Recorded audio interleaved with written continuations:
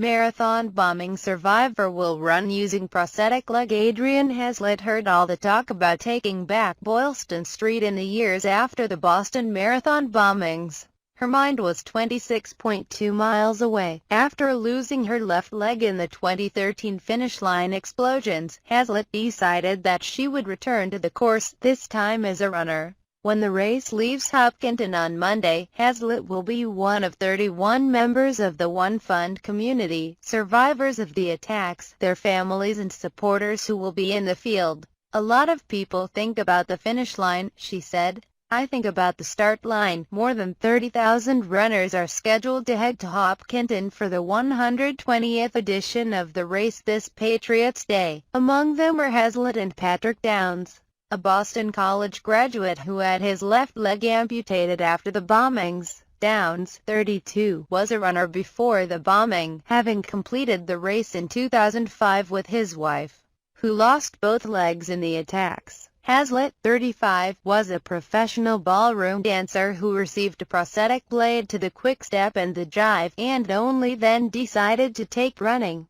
Haslet overcame a hip flexor injury while training. Running with the blade also requires extra energy, because one leg is slightly longer than the other. She will run with a team of 4 people on behalf of the Oklahoma City-based Limbs for Life Foundation, which provides prosthetics for those who cannot afford them. "It was about finding another challenge, and finding a new day," she said. "There was a point in my life I was not a ballroom dancer, either." 3 years after the attacks, the Boston Marathon is returning to its new normal, with more security and more runners, but the focus returned to the race itself. Here are some more things to look for in this year's race.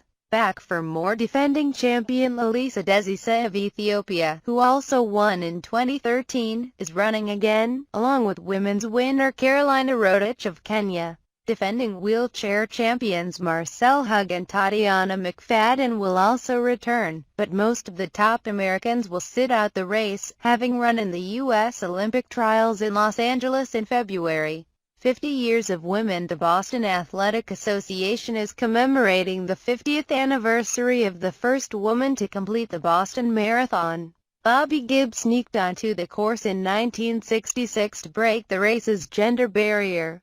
She also ran the race in 1967-68 and has been recognized as a 3-time winner in the unofficial era. Race organizers said last week they would now acknowledge her accomplishments as part of the pioneer era. Native American history organizers also took time in Race Week to recognize the 80th anniversary of Ellison Tarzan Brown's 1936 victory. A member of the Narragansett tribe in Rhode Island, Brown's 1936 victory is best remembered for the coining of the term Heartbreak Hill. Defending champion Johnny Kelly tapped Brown on the back as he prepared to pass him, but Brown responded by accelerating into the Newton Hills on his way to victory. He also won in 1939. At the time, Native Americans were widely perceived as lazy, according to Mickey Wozencroft, who will serve as an honor runner for Brown this year. "He broke a lot of barriers in the way Native Americans were perceived," Wozencroft said,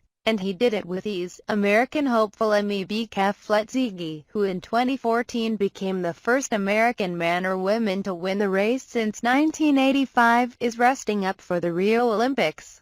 So are Daisy Linden, 4th last year, and Shalane Flanagan, 9th, with Amy Craig. That leaves Neely Spence Gracie, who is making her marathon debut, as perhaps the best American hope to reach the podium. Gracie, 26, of Superior, Colorado, is an 8-time NCAA Division II national champion who decided last fall to try the 26.2-mile distance.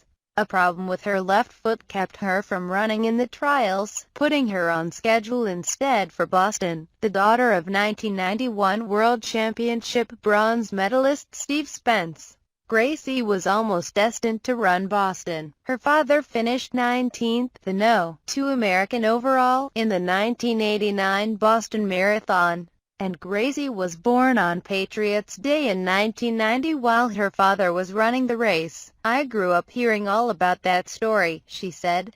I always knew once I started running competitively that I was going to be running Boston, but I did not know it would be this soon.